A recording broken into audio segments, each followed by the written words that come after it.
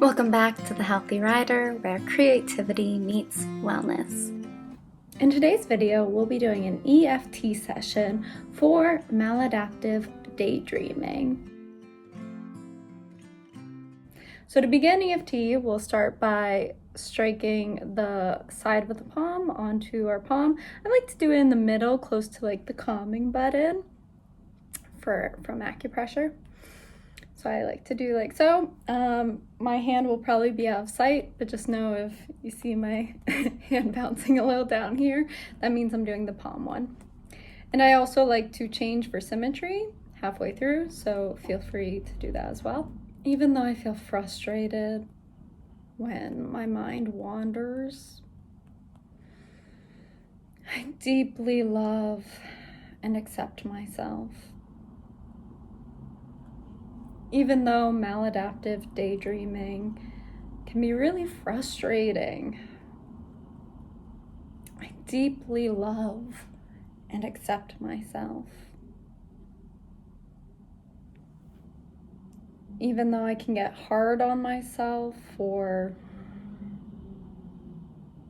spending what feels like too much time in my head, I deeply love and accept myself.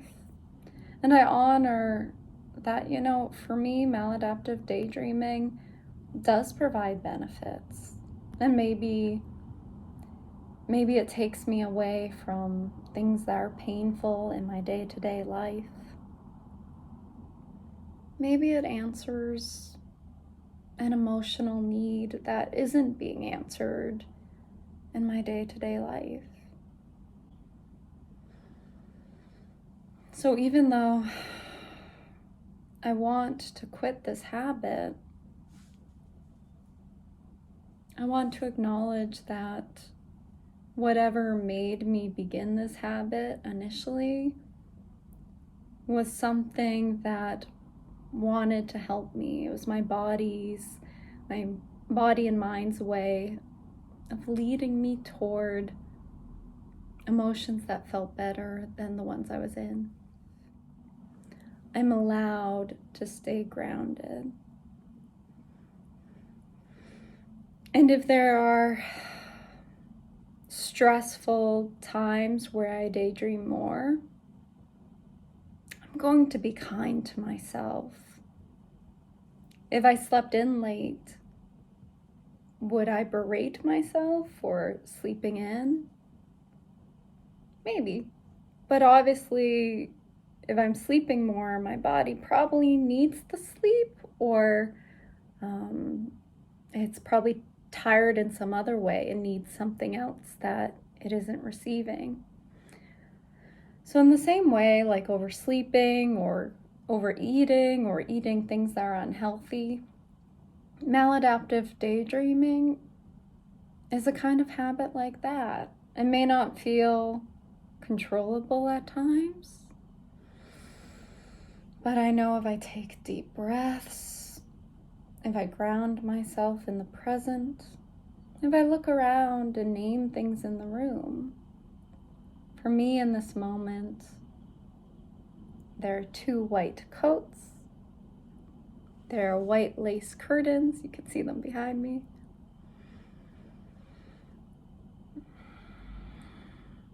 There are pens in front of me.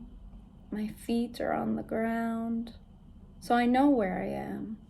I'm right here with you, wherever you are. And I know that by naming things around me, it's one of the ways that I can ground myself from the daydreams. By tapping on my body, like so, I'm also grounding myself. I can clearly feel where I am in this moment.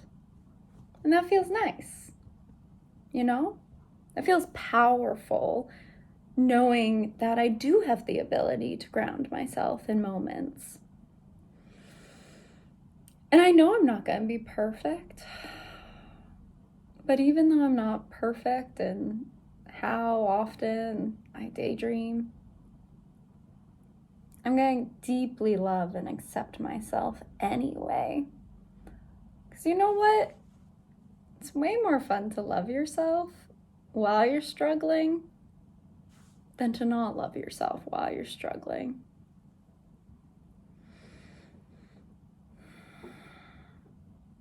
And I know I have that choice.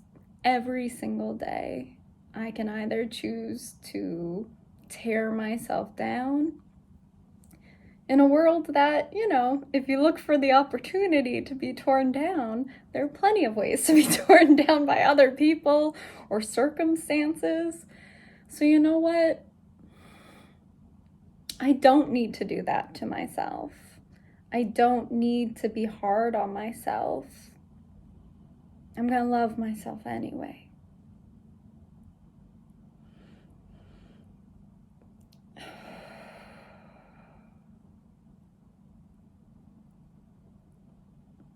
Even though I would love to have a life where I don't maladaptive daydream at all, I'm gonna love myself even if I do. And I'm gonna know that I do have it in my power to let go of these daydreams. In any time where these daydreams feel out of control, I know that I can ground myself again with an EFT session or with some of the other techniques I have. I can start the day by writing 3 things I want to do at the top of a page. And I can use a method like the Pomodoro method, which is using 25-minute increments to achieve things. I can use methods like that to finish what I want to do. So that even though maybe sometime during the day I will maladaptive daydream, maybe I'll even set aside for maladaptive daydreaming, a timer for daydreaming.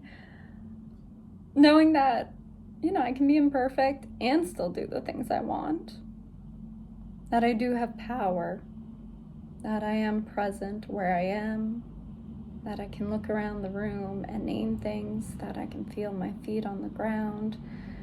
That I can be imperfect and love and honor myself deeply through that imperfection. And know that I can let maladaptive daydreaming go. Little by little, big by big. Does that make sense? That I am allowed to have other habits. I'm allowed to daydream, and I'm allowed to be present, and I'm allowed to let this habit go. That the greater I love myself and tap into my own power, the greater permission I have to be who I am, which is a pretty okay person, you know?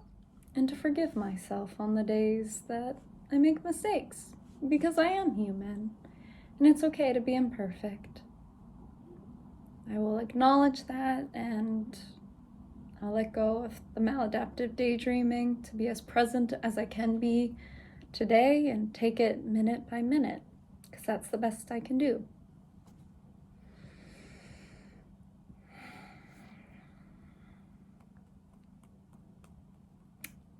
If you're still with me, please take a moment to thank yourself. It's not always easy to do the things you know that might help you, but if you're here trying this new method, I think you're doing a great job. And, you know, we're on this journey together. So, you know, take care, be safe, everyone. Please like, subscribe, hit the bell for notifications so you can stay in tune for that future maladaptive daydreaming content. Mwah.